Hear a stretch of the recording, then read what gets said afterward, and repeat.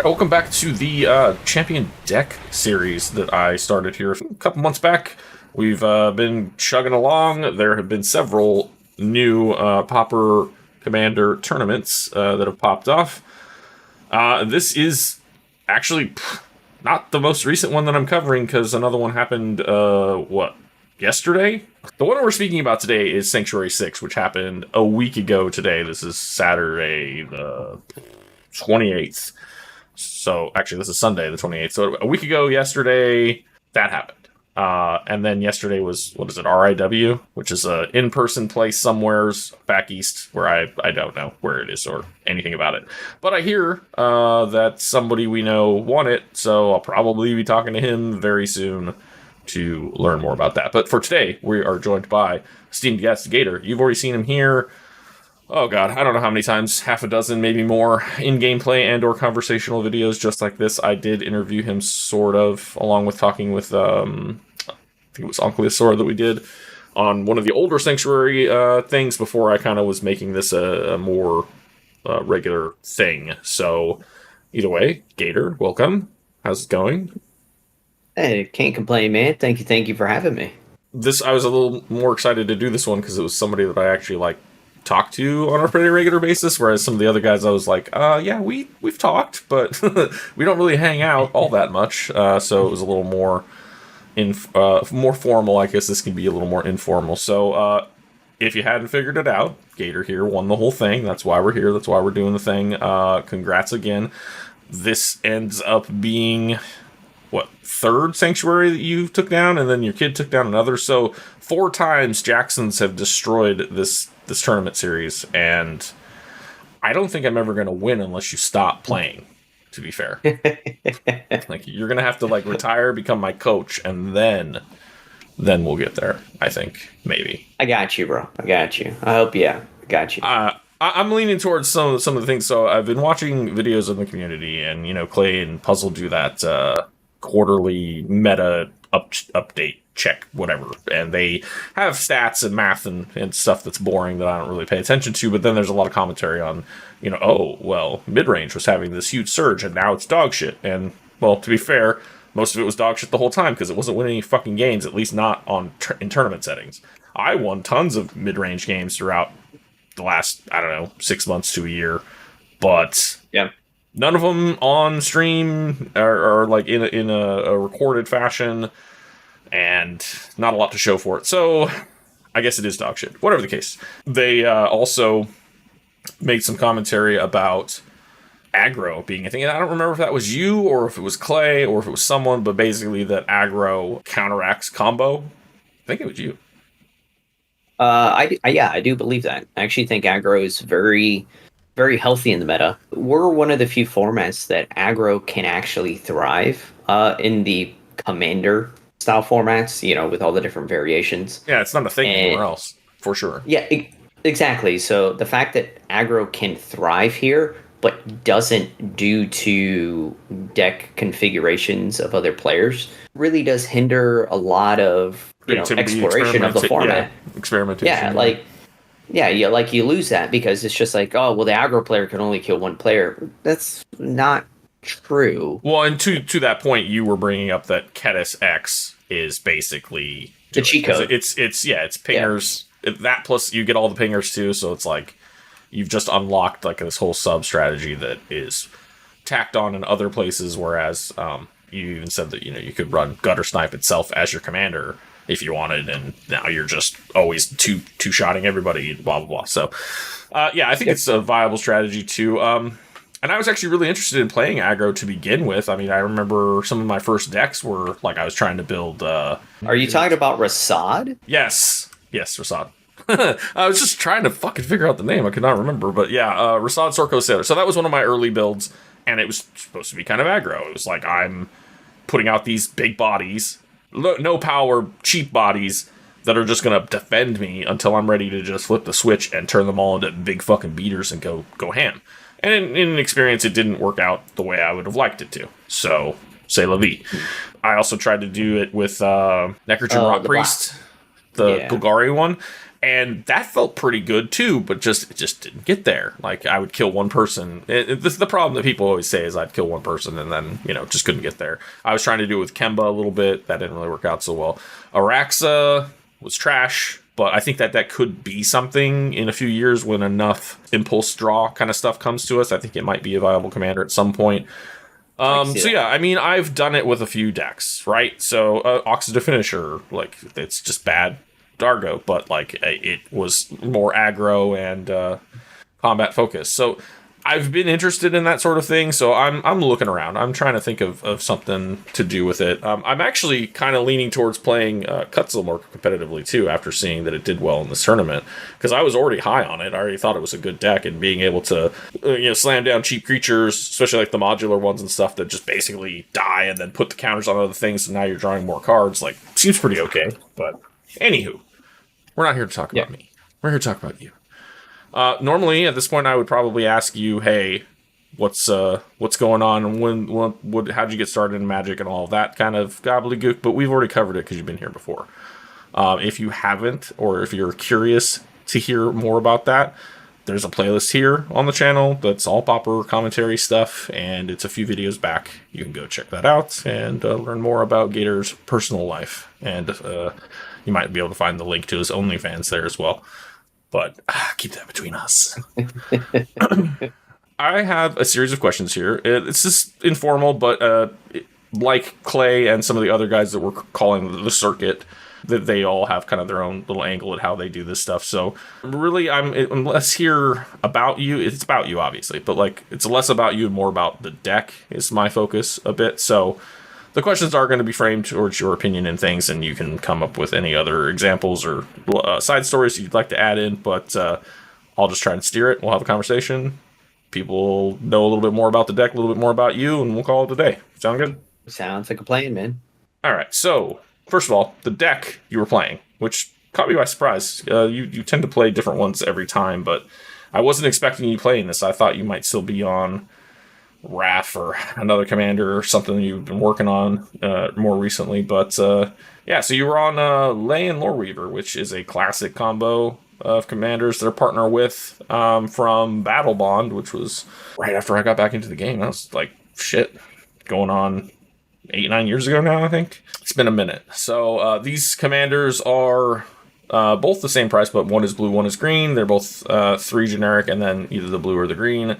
The Ley version is the green one. They're both 2/2s. Both, it's a druid and a wizard. None of that really matters. Obviously, the partner with. The green version, Leyweaver, taps to untap 2 target lands. And the blue one, Loreweaver, has an activated ability that says 5 generic, 2 blue, so no tapping involved. Target player draws 2 cards. So obviously, this can be used offensively to draw someone else out so that they die trying to draw from an empty library, or can be used to draw your whole deck and then, probably assemble some combos or whatever. That's what we're going to ask you about. So, commanders in hand, why did you decide to play this old pile? Because I know this was, like Tatiova and some of the other really old decks that have been around in the format for a long time. This tends to be, these boogeymen tend to be a thing, a snapshot in time sort of thing, where, like, they were badass back then, but then just kind of fall out of favor and like nobody plays it. And well, now there's a reason to play it again, apparently. So take me through your decision process, like as far as, leading up to the tournament. I just decided to play this, or whatever circumstances led you that way. To make a long story short, so I kind of discussed that a little bit over on the cPDH.guide. I actually discussed that in triplicate over there of why I picked it for the tournament.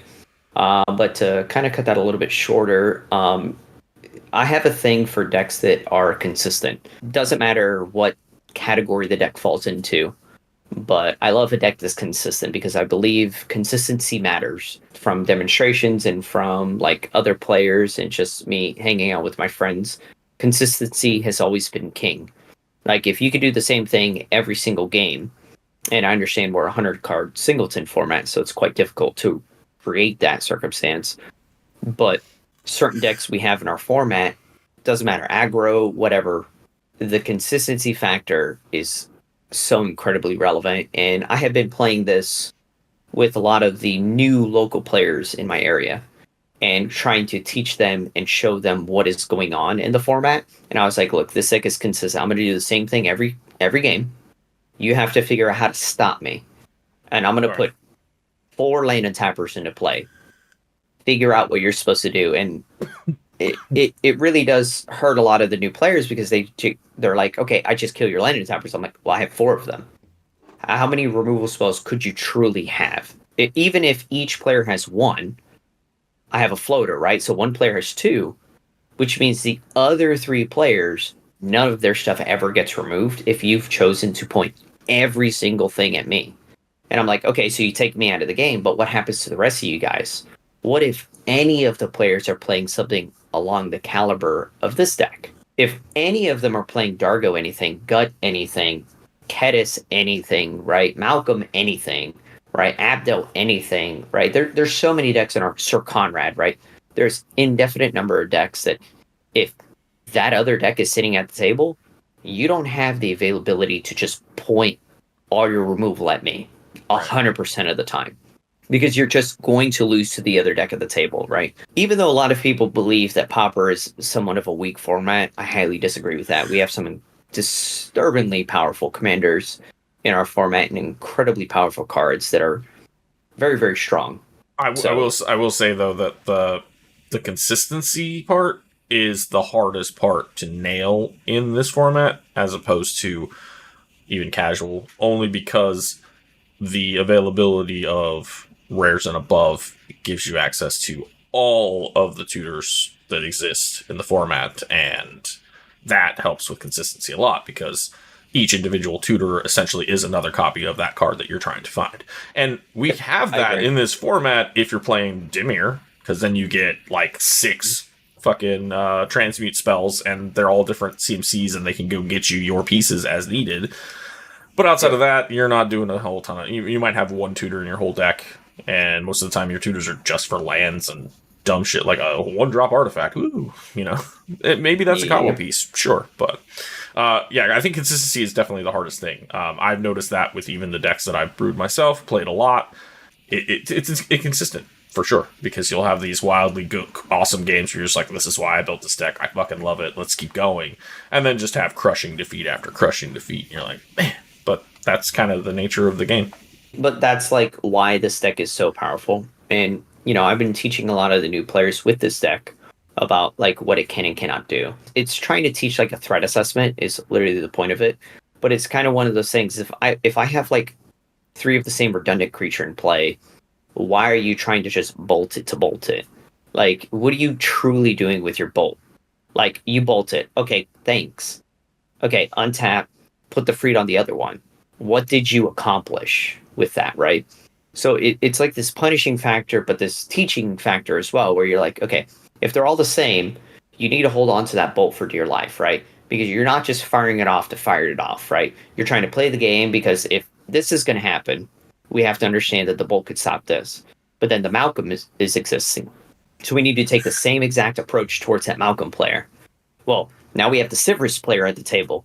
Are we just bolting Siverus out of the game? I would say no. We need that Siverus player to help and contribute with their snuff outs, with their -3s, with all of their deadly disputes, like get those engines going, right?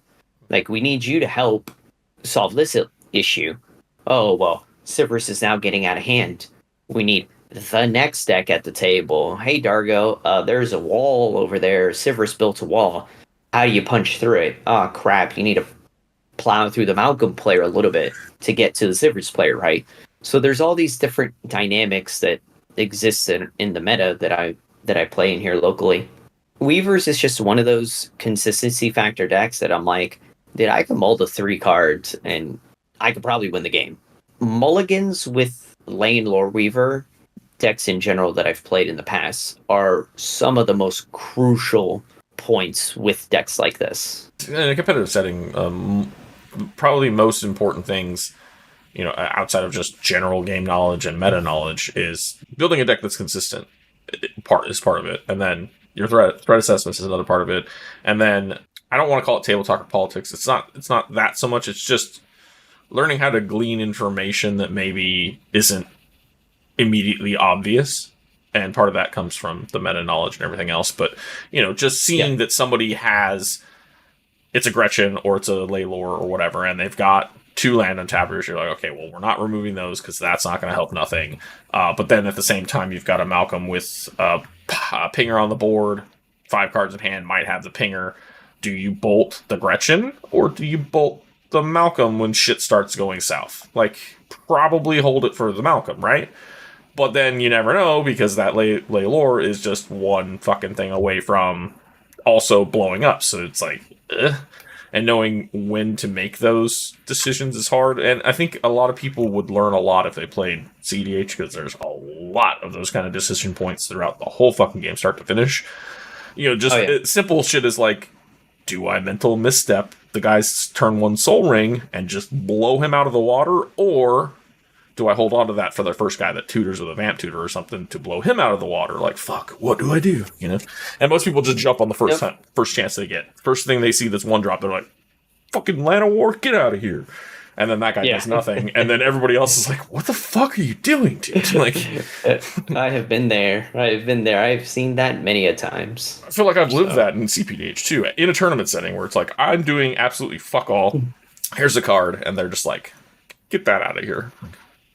Bro, it's like 1/3 of like a 4-piece engine. Like, what? And Gretchen's got 2 land untappers and a whatever other piece that it needs to. It's already got a fucking freed on the board, and they're like, "Oh, kill Severus." Like, what? Some of it can be pretty fucking ridiculous. But high pressure situations, everybody's a different experience level. Everybody's got different thoughts, feelings, opinions. Maybe their dog died. Who knows? So you can't really judge those interactions, that you have with one person in one game, like, too harshly until you see a pattern. Obviously, if you play the same meta all the time, you see that this one guy is just a dipshit every time you play with him, maybe stop inviting him. I don't know. Get a better play group. Or, I guess be the nice guy like you and try to teach him how to be better. I mean, we have a lot of newer players, so they're just not used to the format. So, got to teach them. I think it's different too. Let them make their own decisions. I mean, the in-person is so much different. Like, well, because people also don't use the shield of the internet to, like, be an asshole. Because somebody in real life is not going to say some of the shit to your face that they're going to say to you online. Like, for sure. Yeah, that's super true. Yeah, my in-person meta is awesome. Like, a lot of us are just... They're all great people, and it's fun to play against them. Like, the one concept I've noticed that's, like, much different online than it is in person. It's like, what is that called? The possuming thing? Where you, like, possum? That doesn't exist here. This is going to sound like a hot take. It's not a hot take, but no one plays a deck that is, like, so off the beaten path that it's, like, not scary. Like, when you sit down at the worst deck that I think I've ever played against locally, and I say worse very lightly, was Goblin Ringleader. Now, I understand that sounds like not like the greatest deck on the planet, but it's still Goblin Tribal. Like, that's what the deck was. And Goblins are the #1 supported tribe in the Pauper format by, like, a long shot. Yeah. So there's a lord for common goblins in our format. Like, it's a very, very, very powerful tribe. So if you're like Goblin Grenade exists, right? So if you're like, oh, that doesn't sound too powerful, no, they can yeet you off the table by turn 5. Just like, you got Skirt Prospectors, Sledders, like, deck is still fast. It's still, you still have all the red rituals, and that player switched decks after 2 tournaments. But that was one of the decks that we were like, well, this is probably the worst deck that's here, but it's still, like, just dog shit, and then he just, like, blowing a player off the table. Yeah. Like, and the commander had haste. The commander drew you cards, right? Like, it was still good, and, like, you didn't care, right? You sack it, Skirk Prospector, recast it, put it back into play, refill your hand as an aggro deck. That's good. That's what an aggro deck wants to do. So it wasn't the worst deck ever. Even at that, like, we have these different styles where we're like, okay, when we sit in person, it's like, you're trying to win the game, I'm trying to win the game, everyone's trying to win the game. So there's none of this, like, oh, guys, I'm just here. And you just sit and don't talk and do nothing, because people will be like, hey, what are you going to do? And you can't just ignore them. If you ignore them, Because what happens to you? You now become the target. Like you are now getting like your shit pressed in, right? Like you're getting destroyed. Like the player is offended. They're like, "Hey, what is that?" And you're like, "Hey, you there, Abdel player," and you're like, "Oh." They're now offended, right? Because you Right. need to have a conversation. Yeah. Like, You can't just stare at your phone the whole game. yeah, and it's just like, dude, what are you doing? Like, so we never have those here in person. Like, a lot of our games are just awesome. Like, I have a Malcolm, my other opponent has a Dargo, my other opponent has a TPI, my other opponent has a Ley Lore Weaver or a Gretchen. Like, our games are nuts, and it's wild. Like, lightning bolts are very coveted in our meta, to say the least. Well, I mean, it's just knowing when to hold them, when to fold them, right? Like, you gotta, and like prior to us recording, we were talking a little bit about our experiences in the tournament, and I'm like, sometimes it feels like you're just getting blown out, but other times it feels like, hey, you know what? It looks like everybody's shields down, so fuck it, we ball, and you either get there or you don't. Yep. So let's get back to the deck a little bit. To put a cap on that initial question, you chose it because it's consistent, and you like fucking winning, right? So, Oh, dude, it just tries to win every single turn 6. It doesn't matter what hand you keep. You could just pick a random hand of like whatever, as long as it's not just lands, right? You just keep like a random hand of untapping things and random draw and mana things. The deck will have like 10 mana by turn 4 or 5, or 3 sometimes if you have like crazy hands. And then you're just like, draw a bunch of cards. Oh, look, it's turn 6. I have 2 different ways to win the game. And it just does it over and over and over again. It's just ridiculous. Like, typically, my next question is kind of something you just answered as well, but just to kind of put it in a little bit different context. I usually ask like how you would sell this deck to someone, and you were already kind of saying about teaching newer players and being like, this is super consistent, just play this, like try this, whatever. But what's like the tagline? Like, you're a door-to-door salesman, you got to sell this to me in like 30 seconds or less, or I'm closing the door in your face and I don't give a fuck about this deck, you're an idiot. And go. do you want to win? Yes. You will win within the first 6 turns of this game. How can you guarantee that?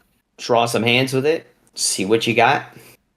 You can't fuck it up even if you try. There's the tagline. You can't fuck it up even if you try. We just sold that shit in under 30 seconds. The crutch of the deck that I had originally was the deck ran out of cards. That was the crutch. Like, when I would play it, I would get stopped 1 to 2 times because you try to win. Sometimes you try to win on turn 4 and they stop you because you just go for it. You're like, fuck it. Mm-hmm. And then they stop you through through protection and stuff. But then the deck has so many redundant pieces and so many different ways to win. I think the deck has 6 combo lines. Don't quote me. I think I might be off by 1 in either direction. Well, we'll be able to count them and whatnot because we're going to pull the deck list up here and we're going to go through some, of that more detailed information shortly. Yeah, the draw spells are what solidified it. Like, once I ran out of gas, I'd be 1, maybe 2 cards in hand. You can't depend on the Blue Weaver very often. You would have to be like Deep Analysis or Loring Revealed or one of these big draw spells to reload you. And you're like, right. Oh, look, I found it. It's in my hand now. Cool. Try to win the game again. Because it's just a pile of redundancy. And if you have that, that's consistency is either enough pieces to have the redundancy or enough tutors to be able to fake the redundancy, and that's what we were talking about earlier with like cPDH. It fakes the redundancy because Singleton, you can't. So every tutor is just another copy of the card. And You can run more than 4 of them. Because in cPDH at least, there's, if you're in black, you've probably got like 7 playable black tutors and then like a handful of other like niche ones that people will play if they're like on Crick and they're like, I don't give a fuck, I just want another tutor. Yeah. And this deck's on a couple of tutors as well. So like it's 4 tutors, which is not anything to scoff at. It's not nothing. Yeah. It's not Yep. nothing. Okay, so how do you classify the list? Now, I know that this is kind of a weird. There's a weird kind of shift or like a push back and forth, little tug of war, if you will, amongst some of the older members of the community, some of the newer members of the community, and even just people in the middle that have an opinion one way or the other. And it's about whether or not The classifications exist or not. yeah, Yeah. well, just like fuck, I'm not going to remember who it was I was talking to, but it might have been during my last interview with Lobert. It may have been some other conversation I had elsewhere. My brain is old, and it works where I get half of the information I need, and then I have to like sort through the files. They made a point about adaptive, reactive, proactive as those terminology instead of mid-range aggro control combo, because there's combo control, there's combo aggro, there's combo blah blah, and especially in cEDH, like you've got every deck has combos in it. It's just I choose to be aggro focused, combat focused. I choose to be stacks focused. I choose to be fully all in on the combo, right? So, and most of the time in cEDH communities and places where I've seen people like rank this sort of stuff, they're like, yes, this is an adaptive list because it, like I would call like Tim McCrom as one of the bigger examples in that format. I would call that like an adaptive list because it can turbo ad nos combo finish on turn 2, or it can pivot into grind game with Timna and Crom both being amazing draw engines and just wait for its turn to try later, which would also kind of go as like mid-range, right? So again, pushback, whatever, people going back and forth on what they want to say. I like the terminology of the adaptive, reactive, proactive, because it's, both ends and the middle, and it's also, you don't have to worry about explaining whether or not it's a combo deck or not, or if it's an aggro deck or not. It's just, this is what it is. It is a proactive go deck, or it's a reactive shield deck, or it's a little bit of both deck, right? Either way, everybody's got an opinion on that. That wasn't the question. The question here was just more, how would you classify it? And we'll go with whatever definition you like.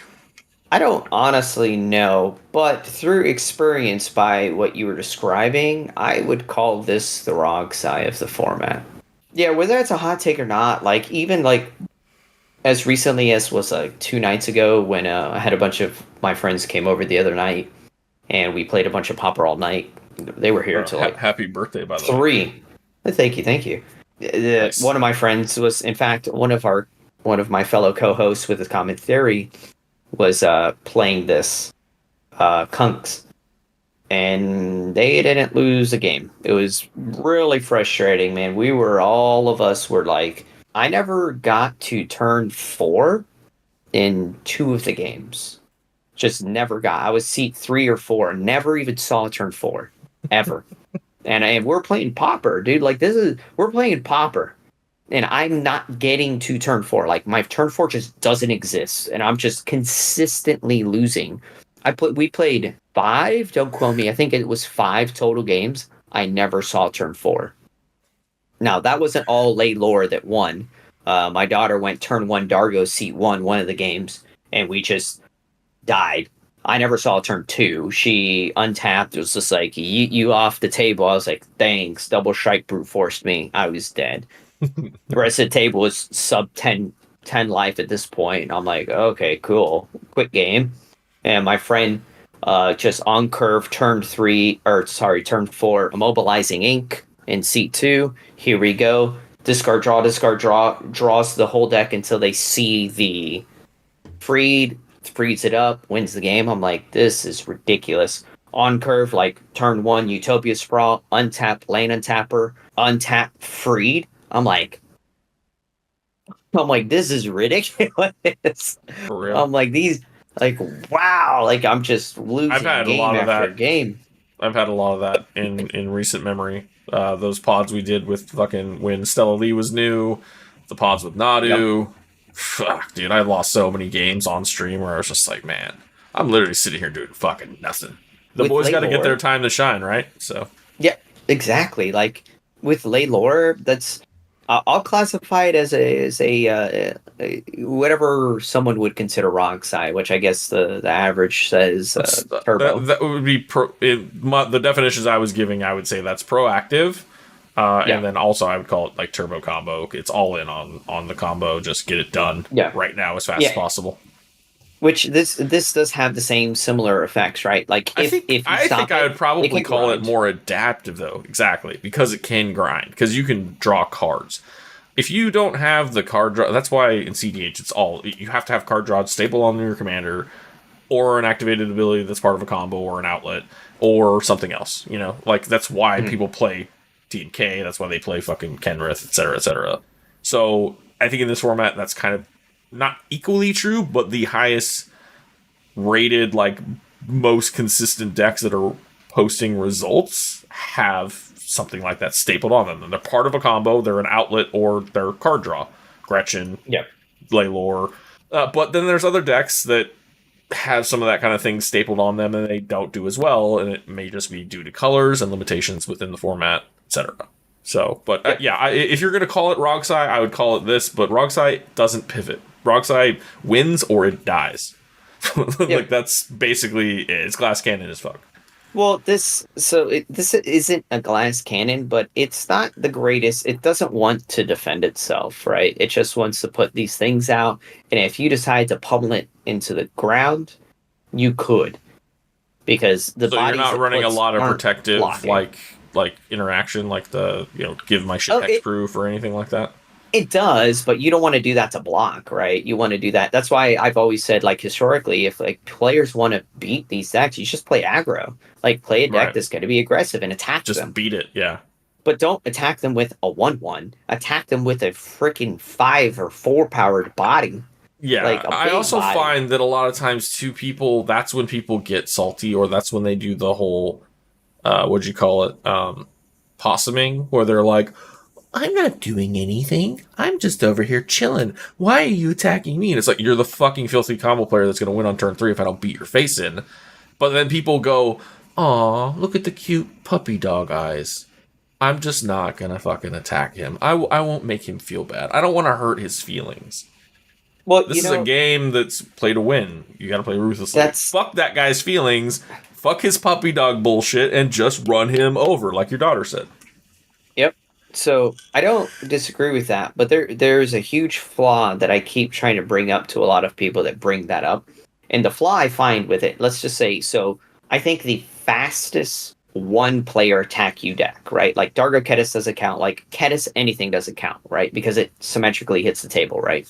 Yeah. So if we take the deck that is the fastest, pick a player, take you off the table, is two different decks. It's Dargo Kelith, because it's like turn 2 Dargo, and then it only points at one player, and then Gut Leader, right? Those two decks could effectively kill you before turn 4. There's fatal flaws with those as well in the opposite direction. We could talk about that in a little bit. But so if we just take those two decks, right? Those are like the floor.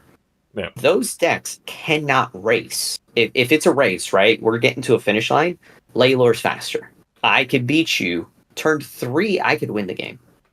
That's how fast the deck could win. Which is crazy Same, considering how much like mana they cost, how much those activated abilities cost. Just that's wild. yeah.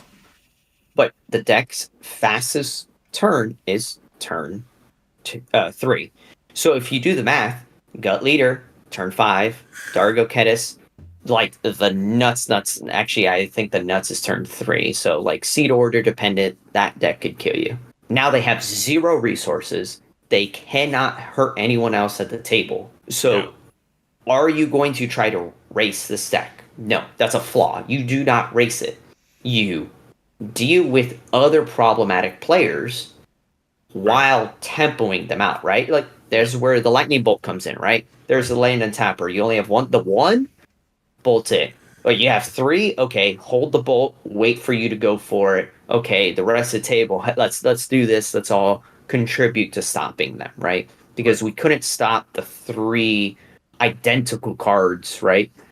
So you have to figure out the different ways to beat it. But that's when like the gut player or the Dargo player or the Alexios player is another great example.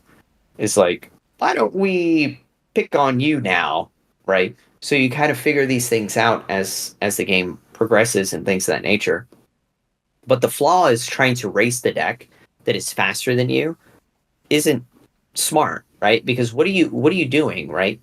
I think Like, just like pivoting on a combo deck, I can pivot into a grind game. I think aggro players need to learn how to pivot from go as fast as I can at this one guy and kill him because that's what I have to do to win this game, and having some more, deeper thought about it, more critical thinking, I guess you could say, like you're describing, where you're like, okay, well, actually, this draws out interaction that will stop me, so let it happen for a little while. Just don't let it get to like, oh shit, critical mass. And if you're playing a Kedis anyway, or pingers or any other common strategy that goes along with aggro, you're still generally doing some damage to them. So eventually it'll probably end up working in your favor. yep.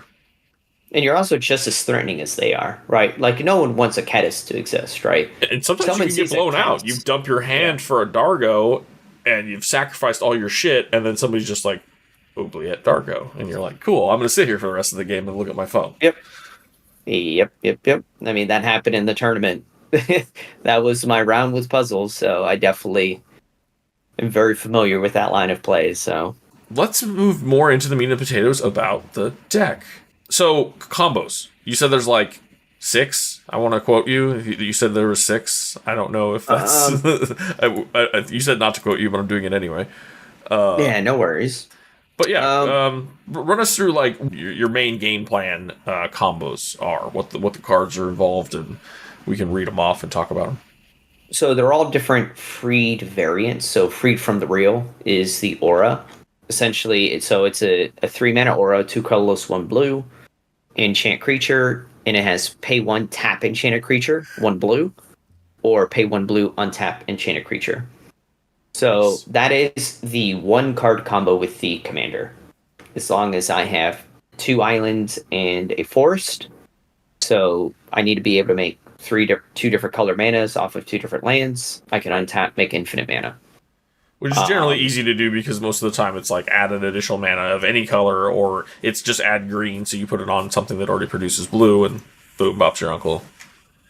Correct. So I have that freed from the real line with my commander, but if I have any land enchantment on one of my lands with any of the untappers in the deck, which I have 9 of, actually 10 if you count Arbor Elf, but it has to target a forest, so I would need 1 extra land because it's going to be on a forest to begin with, so I would need an aura that makes 2 additional mana, so it makes 3 total. So that would be another variant of that similar combo. So just to run through it really quick, because we only just named some cards. Basically, what ends up happening is one of these untappers, which is a card like, say, Portent Tracker. So yeah, it says untap target land. So you have some of these land enchantments that are like Gift of Paradise, where it says, enchanted land has add 2 mana of any color to your mana pool. So now that thing taps and you're getting double mana. You use that mana, or you use it into the free for the real, to then untap the land untapper, to then untap the land, and just keep that cycle going, making infinite mana, and Lore Weaver with infinite mana will draw your deck out, right? Yeah, I have 14 land enchantments in the deck that assist for that. So the deck is, like I said, it's a power redundancy, and there's 10 land untappers in the main deck, not including the commander. Now, what do you do once you've accomplished this? So this is just creating infinite mana, and then you can use that into lore to draw your deck out. I suppose you can also technically just make everybody draw their deck out too, so that they just lose. But is that your main line, or do you tend to do something else? Nope, that's actually the only way the deck could win. That's actually its most crucial. If I put a blue Weaver in play, and you oubliette it, I technically cannot win the game. Like, that is the crutch. That is how you could beat this deck. Just don't let the blue Weaver ever exist. I can't draw the cards. Leave the lane untappers alone. It's the same similar thing with Gretchen, right? Like, if you oubliette Gretchen, the deck cannot exist, right? Because it has no outlet. And it's the same concept with the lore.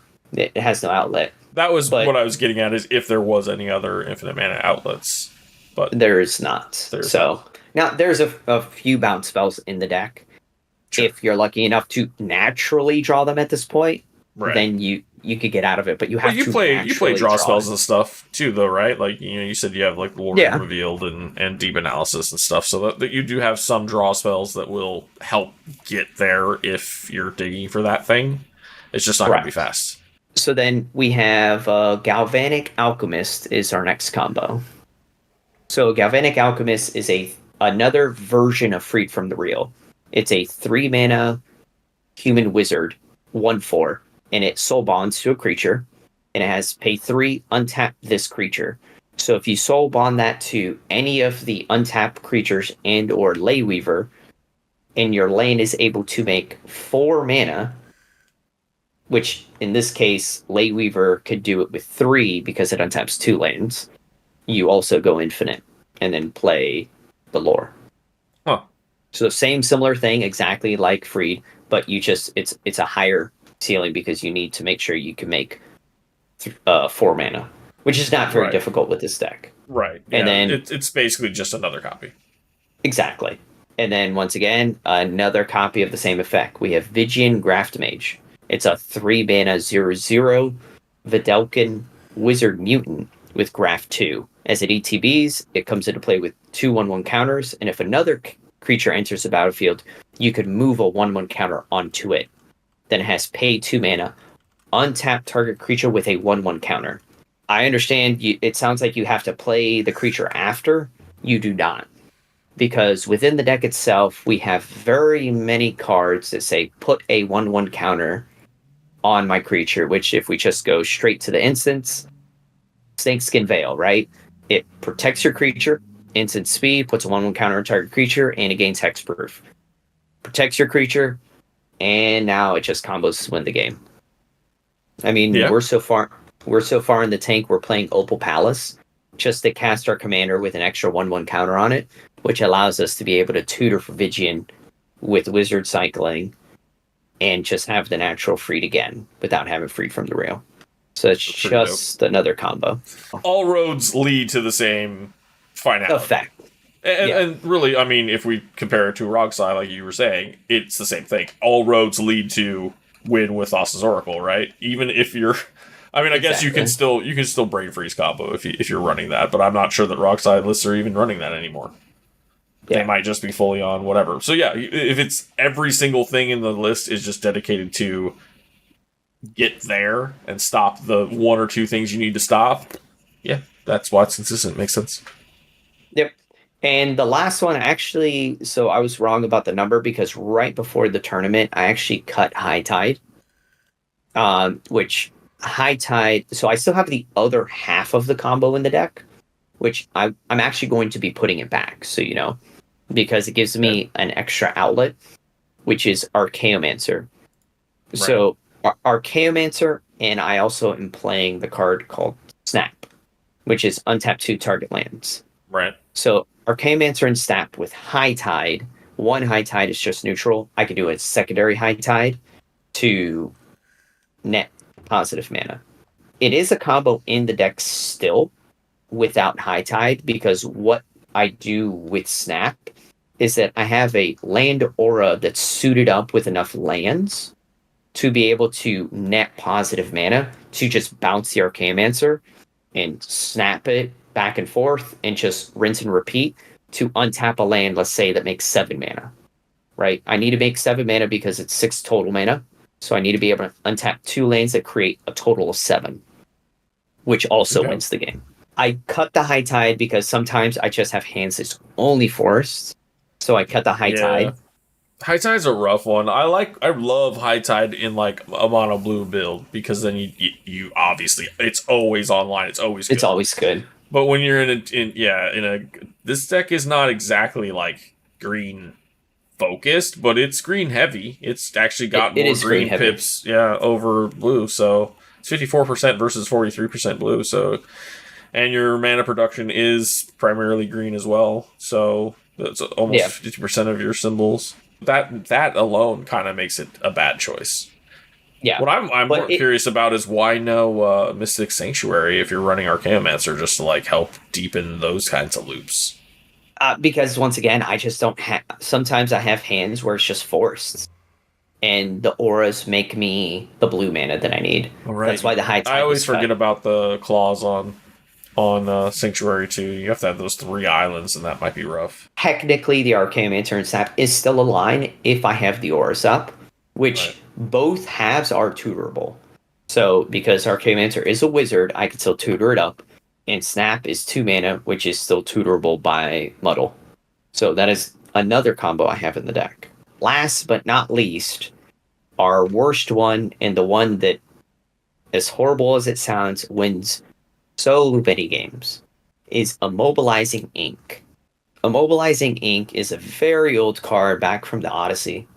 It's another aura, and it says enchanted creature doesn't untap during its controller's untap step.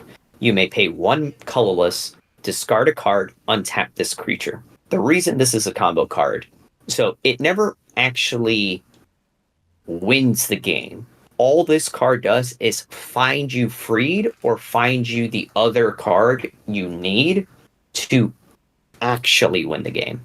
So you can almost consider this like a storm card. So what ends up happening is when you play Immobilizing Ink, you could curve this out on turn 4 with like 2 or 3 cards in your hand and just go, use my untapper, untap the land for 4 mana, discard a card, untap, discard a card, untap, discard a card, untap, discard a card. Well, you discarded 4 cards. You made 16 mana.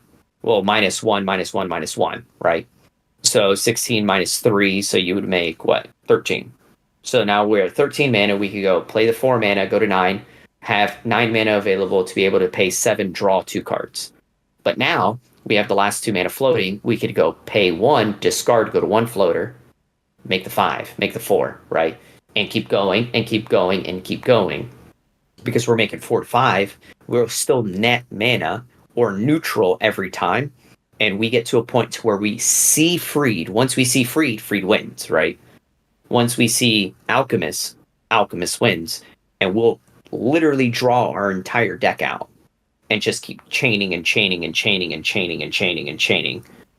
So it's like a weird storm card, but you're not really casting a lot of spells during the process. You're just pitching your hand to keep doing and rinse and repeating. The more game actions are good. The more you can take every It's turn, the more advantage you have over your opponents.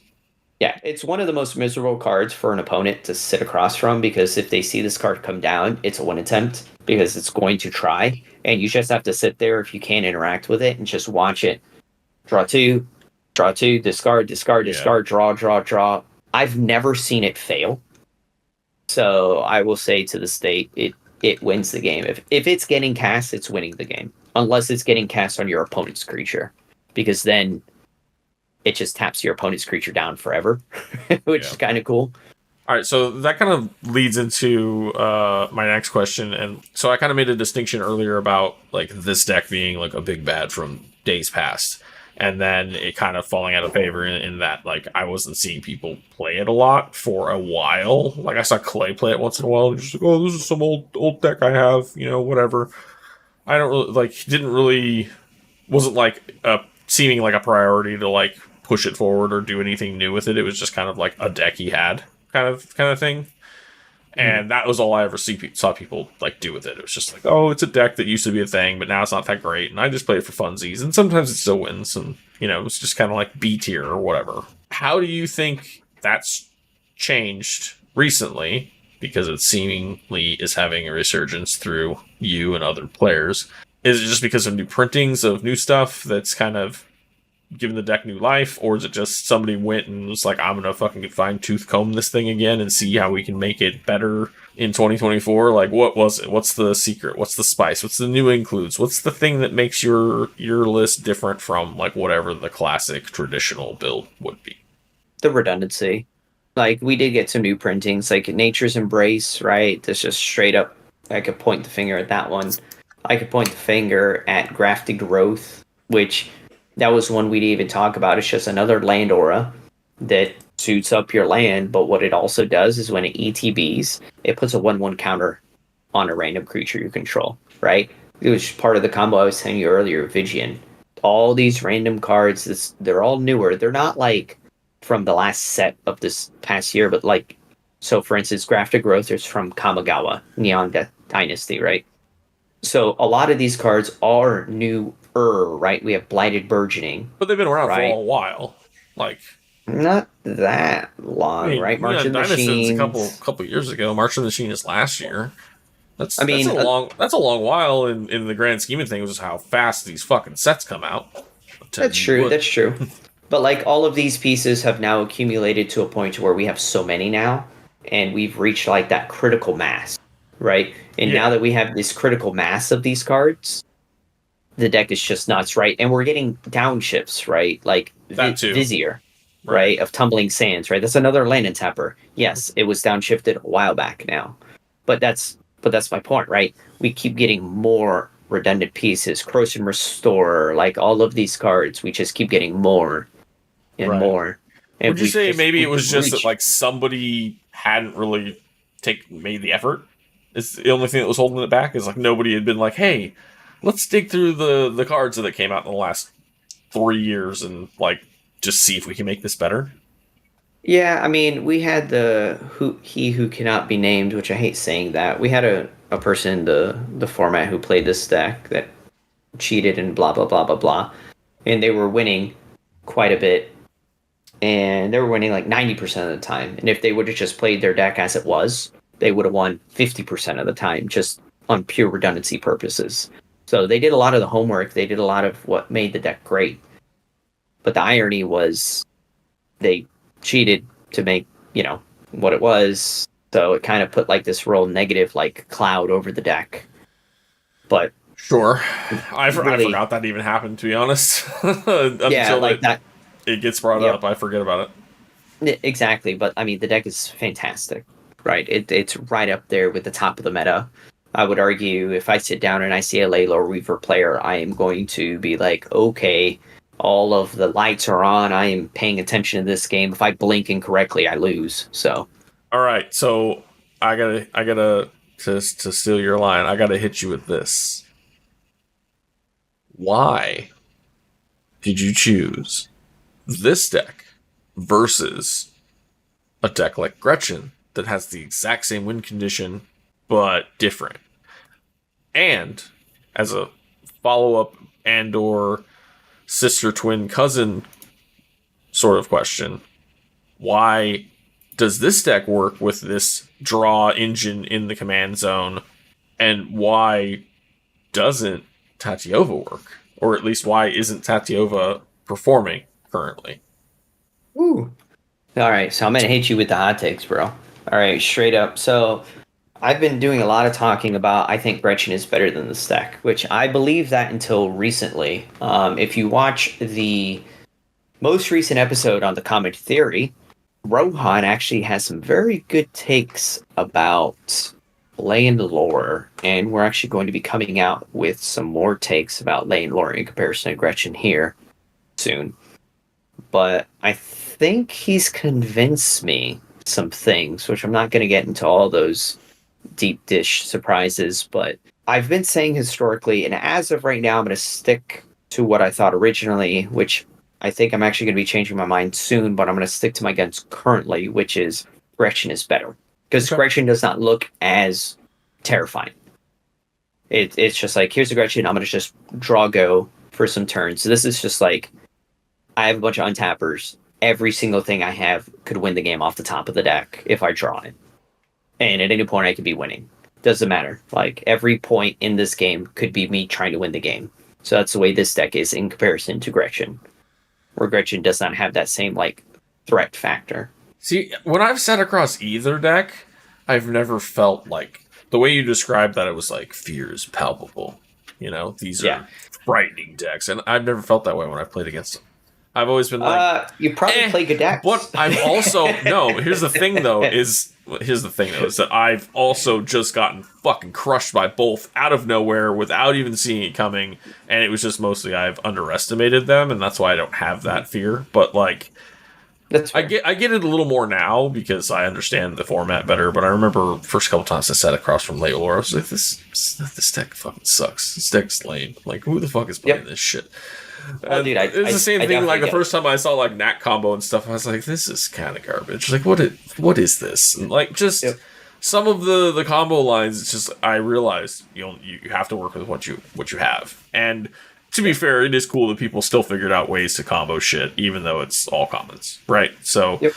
Exactly. it's just you have kind of a weird bias when you come from other formats where you're just like, "What is this trash?" Like, God, it's so bad, and then you have no other Yep. options. So, and it ends up being super good when nobody has the options to like stop the Yep. 8 to 12 redundant pieces. Like nobody has that much removal. Even if the whole table gets all of their removal out of their decks in that game, they still don't remove all of your threats, right? Yep, exactly. It's I crazy. mean, yeah. And now if we like jump all the way back, right, then we look at Tatiova. I don't even think it's even like truly comparable. In fact, The only this reason I brought it up is because we had some conversations prior to this tournament, or even signing up for this tournament, like a while back. We were talking about old commanders that could make a comeback and blah blah blah, and just different things. And then you brought up playing Tatiova, and I was like, it kind of appeals to me. And I played it a couple times, and I had some fucking stellar games with it. And I was like, man, this is actually really fucking powerful. I like it. And then it was just like I had some other games. Where I'm like, man, I'm just dirtling. You're just fucking dirtling, and you don't get anywhere. That seems that's like the a big weakness, difference. but it's still in the same colors, so you could technically still be running the same kind of combos. So Yeah, that's the big difference between two decks. Weavers doesn't try to dirtle ever. You could play it to where you're like, I am comboing from turn 4 for the rest of the game. Good luck, and try and stop me. Because I mean, this deck has some nuts draws. Like I've won some games where my opponents are like, "Did you just seriously?" Because it's like turn 1 Dork, untap. You're like Landora, tap 3 visits, lane untap or go. You untap, you have like 9 mana, and it's turn 3, and your opponent's like, "Holy crap!" You're like, Lay Weaver and Lord Weaver and other aura, and you have like 1 card left in hand, which is 9 out of 10 times a protection spell if you didn't try to win the game just now. And if you untap on turn 4, you're at like 17, 18, 19 mana, and your opponents are just like, what do we do? Like, how do we beat you? And then everything that can come off the top of the library is just gas, right? Like, we went through all those combo lines, and just mobilizing ink wins the game there, right? yeah, Just drawing, you're going to draw with 19 mana, right? 14 mana draws you 4 cards, right? And that's not saying you don't draw more untappers and more ways to ramp your mana. So you probably end up netting mana by drawing more cards. well, And you it's also just, could it's you gross. just pay the original cost, right? And you draw the first card, and you go, oh, there it is, and then you just Yep, win. Or you go, okay, try exactly. again, spin the wheel, spin the wheel, spin the wheel. Yep. But it's such a powerful engine, and Yeah, it doesn't require anything but you playing the game, right? You're just like, I'm just making mana.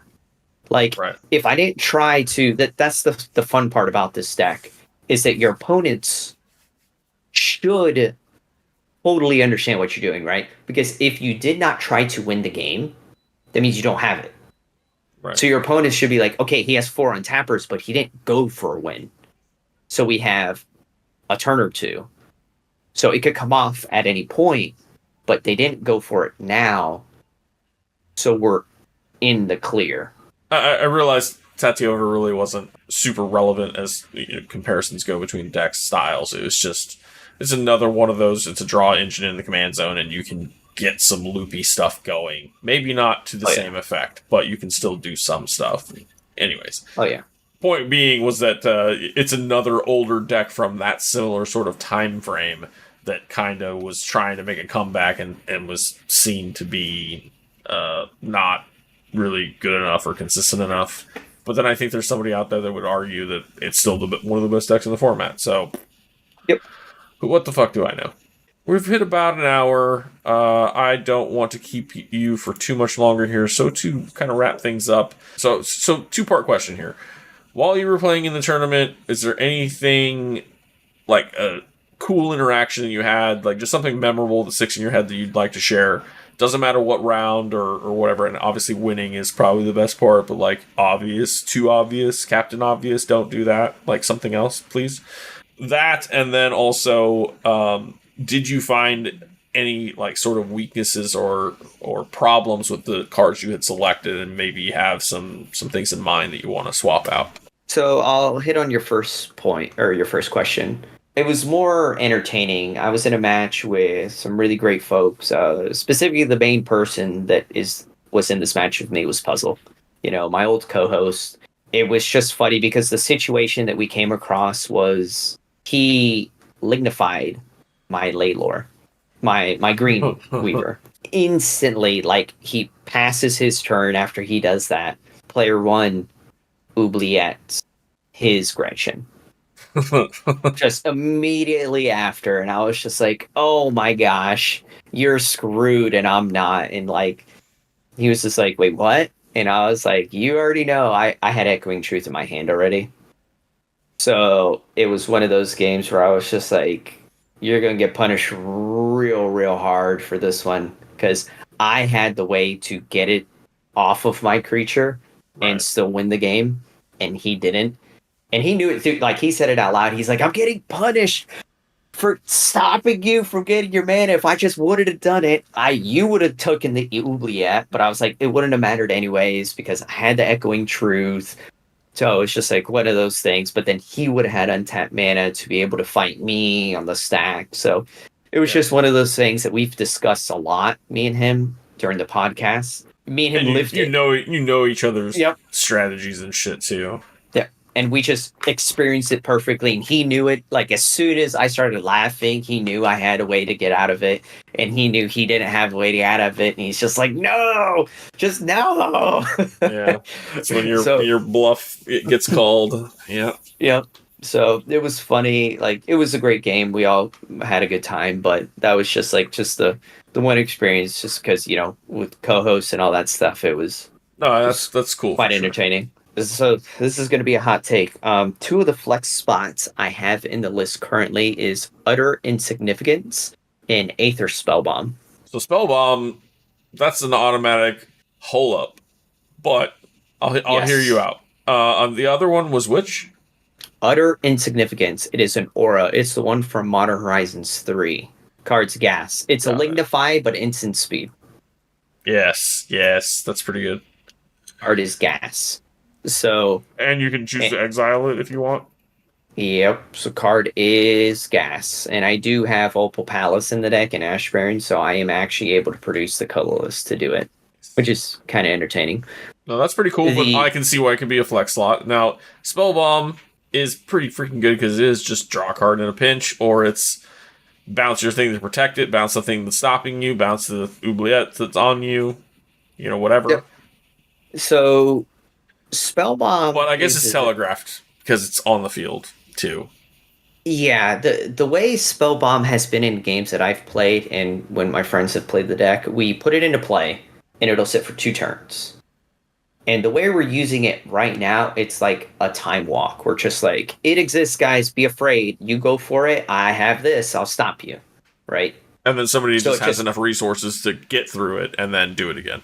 Not even that, like, because I'll have a counter spells, other people will too. Sure. But what we use it for is just like 2 turns, as it sits in play, on the 3rd turn or the end of the 2nd turn, we pop it to net a card.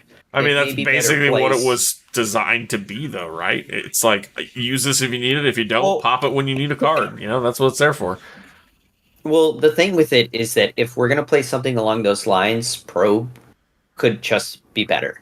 Right, because I'd rather see what you like. If I'm afraid of a specific deck at the table, I can out look at your hand and be like, "Oh, you don't have it. I'm going for it. If you're talking card draw, yeah, it's garbage. Like, I would definitely value some other card draw spell. Just even like Cerulean Wisps. Even though I wouldn't say that's a card for this deck, I'm just saying like I would rather have that just because it's a. Boop, this happens, and then I draw a card, and like it's Storm Count, or it's this, or you know, triggers pingers, or whatever. Something like that is still going to be better. I don't like that it's telegraphed, I guess, is the biggest problem with Aether Spellbomb. I don't disagree. But it's still such a classic, like, even though you know it's here, it either discourages you or makes you wait a couple turns to be able to deal with it or get through it.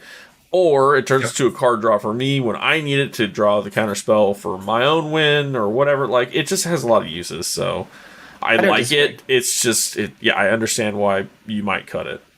Anywho, what are the things that you're thinking about slotting in those slots? It's all meta dependent, right? If I'm against a bunch of mid-range style decks which are trying to grind me into the dust, I'm putting a bigger draw spell, right? Downsize is a card that I've been considering quite a bit, actually. The reason I say downsize is because it's kind of just like another fog effect where I could like stop a Darga from beating my face in, which, oh, I did forget to say this. Downsize is a 1 blue instant. Target creature you don't control gets -4, -0 until end turn, but has overload for 3. So if somebody wants to just like one shot me off the table, doesn't It's a matter if you have Yeah, infinite it's a creatures. mini, like, it's not like a psych rift, but it's like kind of on that sort of line where you're just like, all your shit is now 0. If it's like gut Yep. leader, all your skellies are 2s now or whatever. That's not so Yep. bad. Exactly. So it's one I've been trying. Also, too, it's good to just shrink a Dargo when neneeded. I really like Um, overload in this format, like the yes. Mizium So do I. skin and like the electricity and stuff. Just because it's got Oh that yeah. modality, but then just like the overload cost is cheap, and it's just like it's actually an effective spell in the format too. And then the other one is Blinding Fog, which this is a old card. It's from Ixalan. And this card's fantastic. I've been testing it here and there. I haven't drawn it a bunch, so I can't truly say how I feel about it yet. But it's just 3 mana instant, 2 colorless, 1 green. Prevent all damage that we've dealt to creatures this turn. And then creatures I control gain hexproof until end turn. So it like protects my team.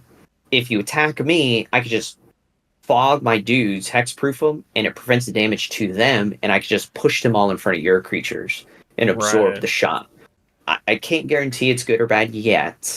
Still testing it, but it's a few flex slots. Depends how aggressive the meta gets, right? So kind of what I'm Yeah. looking at. That's another question I guess I should get out there that I usually ask is are the cards that are in your sideboard and in your considering pile on your Moxfield list that will be in the show notes. You can pull that up and follow along. The considering pile and the sideboard, are they cards that you've already tested and found lacking, or are they parts of your flex slots? I assume the sideboard is your flex slot options right now. And Correct. then all of this other stuff, is it stuff that you've already tested and said or stuff that you are thinking about testing? Give us the lowdown.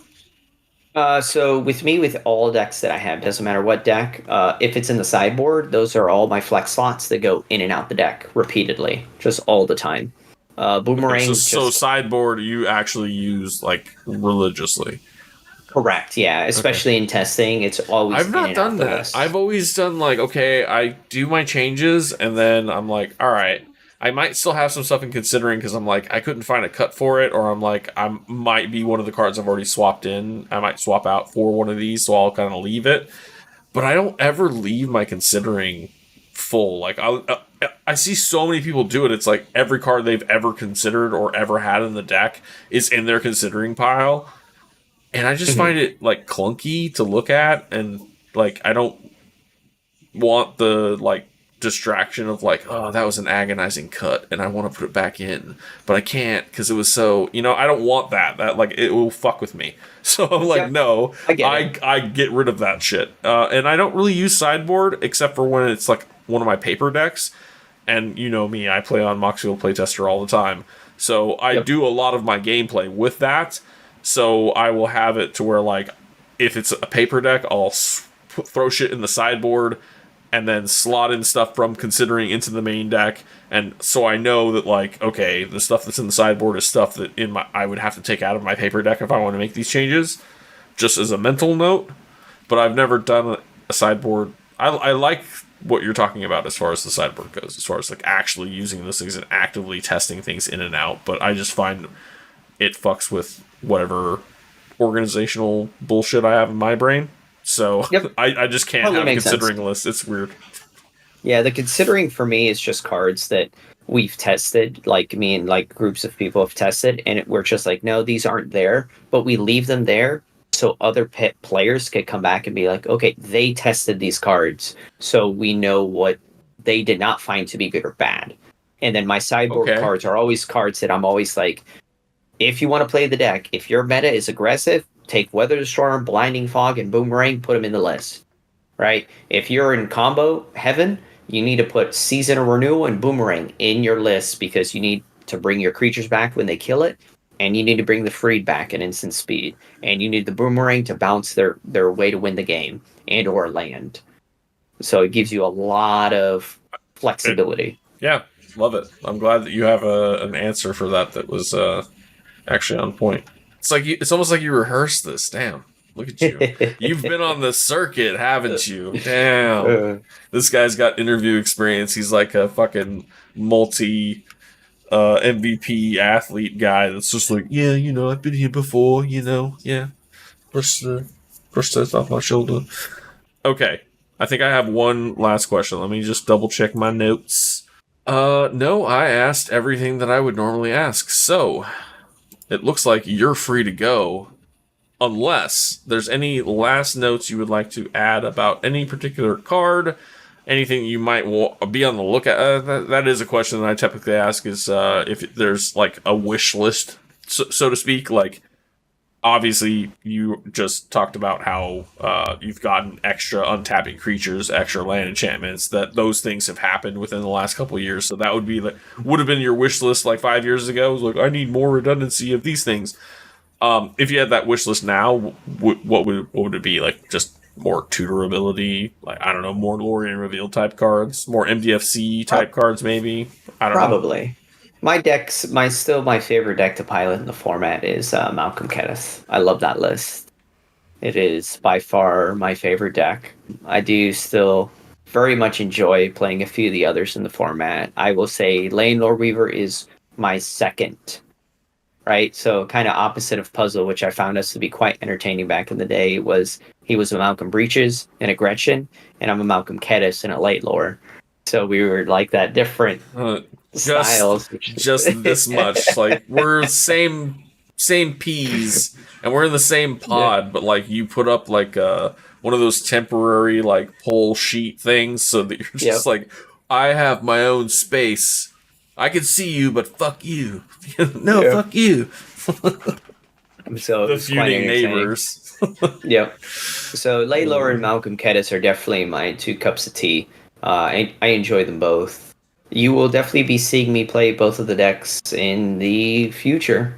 Okay, so I have a final question for you specifically, because I think that you'll be able to answer this without necessarily spoiling anything. What's the next push?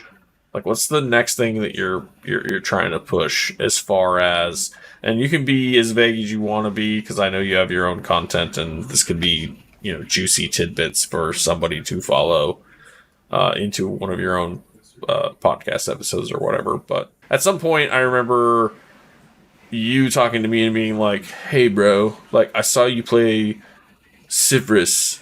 Like, you were saying it was kind of crap, but like, no, it's actually kind of good, and blah blah blah. I have these thoughts," and so we went on a fucking journey, and Sivris was born, and Sivris became a thing. Flash in the pan, maybe. Apparently, in your local meta, pretty good. In my tournament experience, it's pretty good here, bro. I've done shit with it, good, but dude. I'm part of that depressing 0-win mid-range effort for quarter fucking 2 or whatever for 2024. But anyhow, I love that deck. I want to fucking win a tournament with that and just be like, I told you so. But maybe one day it might happen. Anyhow, back to the point. Because I know when we talked about those things, it was like, mid-range hasn't done shit, mid-range isn't shit, blah, blah, blah. Mid-range is good. Mid-range can be good. Let's make mid-range good. And like, everybody, not just us, lots of people contributed to that whole 0 and whatever experience of like mid-range decks didn't win shit, but we all had really cool ideas and the decks could perform and they just never won a tournament, luck of the draw, I guess, maybe, but like that's a fucking atrocious record, too. Like, Yeah. I remember being in those games, just getting the draws and being like, "Fuck, this sucks," Yep. and then being It's in just so getting many close. wins, just not in a tournament. Like, it's wild. So anyhow, Yep. question stands. What's the next push? What do you? Are you trying to work on some classic shit? You trying to bring something up? Um, You trying to make something new? Is anything that's come out in the last like couple sets like excite you as far as like this could be the next I thing? want the maybe this is a hot take. I'm not trying to make this spicy or mean or anything like that, but I really want to see aggro come in, like actually show up in numbers, because aggro doesn't exist right now because mid range just like stomps it out.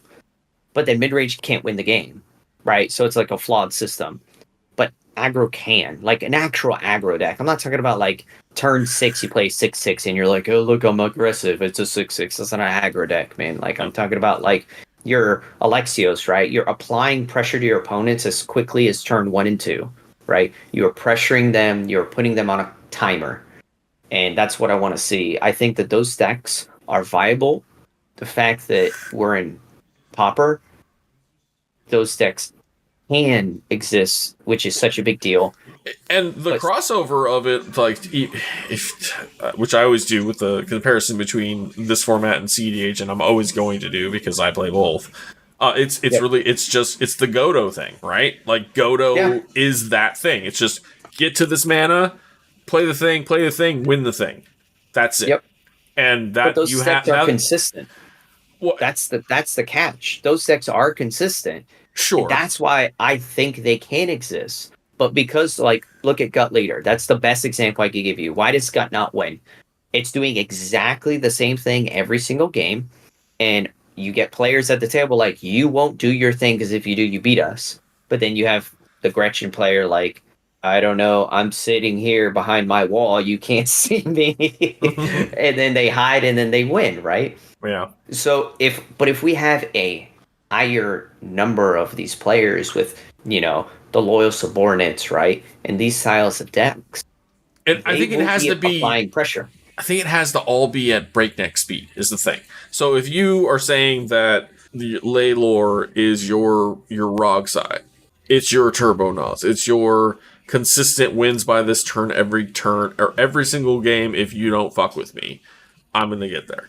You have that. Well, to combat that, okay, now you have to have something that's turbo aggro, so to speak, that can kill Yeah. you faster than you can do your thing. You said that's almost impossible, but there is a deck that can do it. Okay, so There are decks that can, right? those decks have to exist to combat you. This is all just rock paper scissors at the end of the fucking day. It's rock Yeah. paper. It's like rock paper scissors But shotgun. if but Like, if they exist, right? Like, which they do, and that's part of the problem. They do exist. From what I've had conversations with individuals in the format, they're just like, I don't want to bring that deck because I put my cards into play, and then people just hate me off the table, and and another that's player that wins. is a problem in all of that. But what I was Yep. getting to is just if we're logically okay, your deck is this thing, and then we have the Dargo whatever list, Dargo Kedis maybe, that can just nuke it off the board before it wins. It's there, so that's the rock, the paper.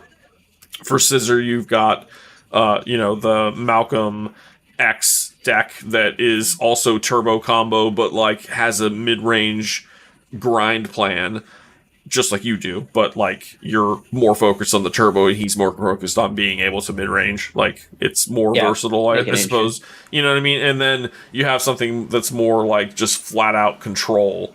That's like a Yep. mayhem devil type thing. So now you have basically the best decks of like each little sort of sub piece of the format, and if you put them all in a pod, they have that rock paper scissor shotgun. Correct. I'm just gonna Yep. keep saying shotgun, but they have all of that, right? So Yep. they counteract Exactly. each other just right, and if built correctly, can essentially make a stalemate of a game until somebody gets through. And that's a game of cEDH every single fucking time you play, as long as everybody's on the same sort of game plan. Play to win, Yep. right? Yeah. And that should be the Exactly. goal of this format too. And unfortunately, with those sorts of feelings where you go, oh, well, I can't bring this because I do my thing, and then people just hate me off. Or like I just explained to you about, oh, I played Malcolm Kedis in the tournament, and I tried to go for it on turn 4, and they stopped me, and then I went for it on turn 5, and they stopped me, and then I pivoted to burn and almost beat them still, and then they stopped me, and then the other guy that was playing the Malcolm deck just fucking killed us because he sat around, did nothing, and profit. Yep. So, yeah. And that's just the way the game is played. And it's unfortunate. But if we could actually get people, like you said, more people playing the aggro stuff so you can get to them making those decisions that these are the fastest, best aggro decks in the format, period, bar none. We play these in tournaments, and then the control guys do the same thing, and the combo guys do the same thing, and the mid-rangers figure out a way to win the fucking game because it's hard. Well, I mean, that's the so here's my actual hot take, and I'll leave you on this one. Here's my real actual hot take. The reason we're having this problem, and you know what, it's not a hot take, it's a fact. The mid-range decks aren't closing the game. They can't. So all they're playing is cards that remove other players' ways to win the game and then lose themselves. Well, that's not healthy, right? That is not a healthy environment. So then you lead to a point to where only certain decks can win. It's showing, like, it's relevant, it's prevalent, you could see it, like, you could touch it, you could look at the results and see that's what's happening. So those decks need to figure out a way to win, or just, like... It's unfortunate, but I think the reality is right now in the current state of the format that those decks are parasitic, and I have already been, like, put on record as saying, like, my deck does some of these things because other decks exist and they're going to do these things, so I'm going to capitalize off of that. And in that sort of way, that does degrade quality of games because you're parasitic, right? Some people say that doesn't exist. Some people say that, like, oh, that's not a viable strategy. It is a viable strategy. It's just you're preying on the fact that you're going to capitalize the most off of whatever it is that you're doing to everybody else, and then you win because you get the biggest explosion at the end, you know? Citrus in particular is like drain everybody down, slam a fucking merchant, win the game, right? So but it's just not always true. That's the fatal flaw with it, right? That those parasitic decks, it's not consistent. They're trying to do it to very specific decks in our format, and if that deck isn't at the table, your deck isn't validated. Right. Like, you're just like, oh, I guess I can't beat you at all. And if your deck is trying to draw the game from turn 1, you need to look at the deck and try to figure out what's wrong with it as a whole, because now you know your deck has a well, and that was never the thing for me. I always like that we solved it with Citrus with the stickers. It was like, okay, now we have this combo, and then it was like it just never was consistent enough, at least for me. So I took it out, and then it was okay. How do we solve this? Okay, we don't. We just lean heavy into we're gonna do as much shit to drain your life out as we can, and then try to finish with an explosive life loss. And that was the best we could do. But we always had a fucking full hand and had a great time doing it. It was just we had to either drag the game out past tournament time, which is 90 minutes, which is fucking crazy. You shouldn't have to drag it out that long to win the game. But then we had other new cards printed that I put into my Citrus deck. I haven't pulled it off yet, but there is an actual combo, legitimately, it's partially tourable. So, like, and you draw enough cards, you could theoretically see it fairly often, and it should theoretically end the game, but it also might not, because it might get interacted with, and, you know, that's the life we're living. Until you can find some sort of reliable mid-range combo in those colors, it's just not going to be where you want it. As soon as that deck has an easily put togetherable, God, that's not English at all, but an easy to assemble. Once you have that easy to assemble combo, then the deck all of a sudden goes from being this meh to like, oh, it's drawing fucking cards and it's going to find its combo just like your Ley Lore deck. As soon as it does that, bam, bam, bam, you're going to fucking win games. And that's just, it just needs different printings. And a lot of decks are in that same boat. There's a necessity for certain types of cards, and unfortunately it's power creep and blah, blah, blah. But, you know, it's going to happen eventually, regardless of if you like that or not. Well, congratulations again on another win. You are the most winningest tournament player that I know on any sort of personal level, so that's pretty cool. for real, it's cool because you've done it on 3 different decks, and then I've also played other decks in the other tournaments and just didn't get there. But I think you've seen other top fours you didn't win, right? I have, yeah. Yeah, didn't the one your daughter win? Weren't you in that top four too? I was in that top four with Malcolm Kedis. I was also in another top four with Abdel Black, Abdel Agent of the Iron Throne. I've been in a couple other top fours, but sometimes you don't get there. So, Yeah. Do you have any sort of record as far as like your in-person stuff that you do locally, like where you've won the tournaments? the first ever tournament we had here, I went 4-0 with Abdel Blue. The next event, I went 5-0 with Malcolm Red. The Jesus. next event, I lost in the finals to Gut Leader. Actually, Kunks won that event with Gut Leader. So, Nice. in my local, Gut Leader has won a tournament. Go Um, Conks. yeah, he went 3-1. I went 3-1. He beat the crap out of us in the finals. I was first to die. I was playing Malcolm Arden, and he just pummeled me into the dirt. I had no way to get out of it. Next tournament, I did not win at all. But Cerberus was in two of those. May have been 3 of those. Like your list, the one that me and you did together, it's just my couple card was like 6-8 card difference between ours at the time. And that top 4, 2 or maybe 3 of those events. I can Nice. guarantee you the Abdel one, they were in the finals with me for sure. And I'm almost positive they were there in the finals with me in the with the Malcolm. So Nice. deck is good. But yeah, I mean, there's a few others here and there. But yeah, I mean, I have good results here in person as well. The in-person meta is it's a lot of fun. It's a lot different than it is online though, for sure. So Yeah, I'm sure. But hey, I mean, I guess you have experience in both, so that's good. You know, yeah, anytime you have to go to another one, I would probably be a little jittery if I had to go to a real one, like an IRL one, because I don't really. I mean, like I go to Vegas, every few years or whatever. I'm going this year, but like nice. outside of that, I haven't done a lot of in-person playing. Like I did a little bit here recently at my LGS, but like the play group I was going with, it was like pretty solid for a couple weeks, and then just died off. I could probably try to get some people back in on it or whatever, but anyways. I don't play it in person too often, so it's a little more, I think, nerve wracking because you're there, you got to shuffle, you got to do all the things, and like I sit here on my computer and just click buttons, and things happen, and it's great. It's like playing a video game. I love it. Yep. But anyways, once again, congratulations. Thanks for coming on. Thanks for the good discussion. Thanks for giving us a look into your deck and having some overall meta discussion with me. We did run a little longer than I wanted to, but I think that was different enough from what I've already heard from you on your show and Clay's show. So I think we did it. We did the thing. High five. Sounds great, man. Thank you, thank you. I always appreciate you having me.